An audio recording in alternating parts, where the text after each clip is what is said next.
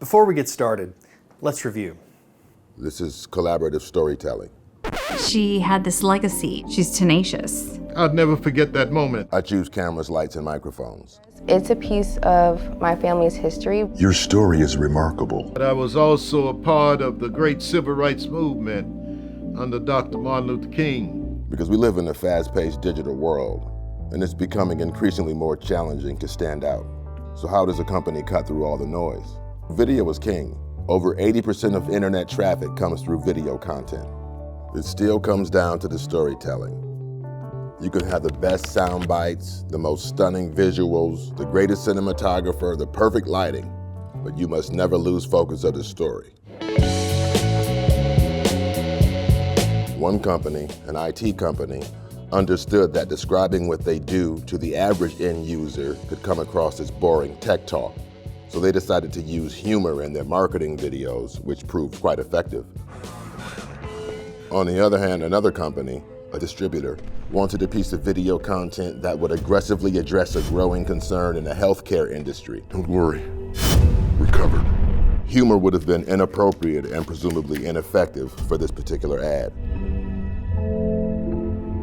What if it's a staffing company? Well, the films are most likely going to be centered around people.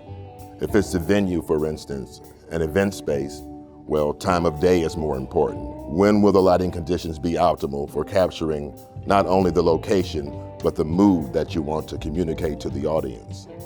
And then what about things? B-roll, let's say I'm in an office environment. What else can I film that will help tell the story other than the person who's in front of the camera telling the story?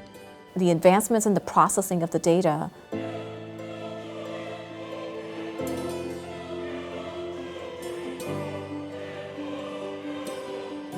People are always asking, well, how do I fill out the application if I don't know where it's at? You go to their website. I mean, if you can work Facebook, you can go to a website. an incredibly innovative, cutting-edge design features. The move toward Noble Archives and the decision to niche down and specialize in documentaries, or biographical documentaries specifically, it was a natural progression after a few years working in this profession. I realized that what I was really doing was becoming a better storyteller. That's all we're really doing, is telling stories. Like when you go watch a movie, there's just dozens of people who all got together and collaborated to tell you a story. Maybe hundreds.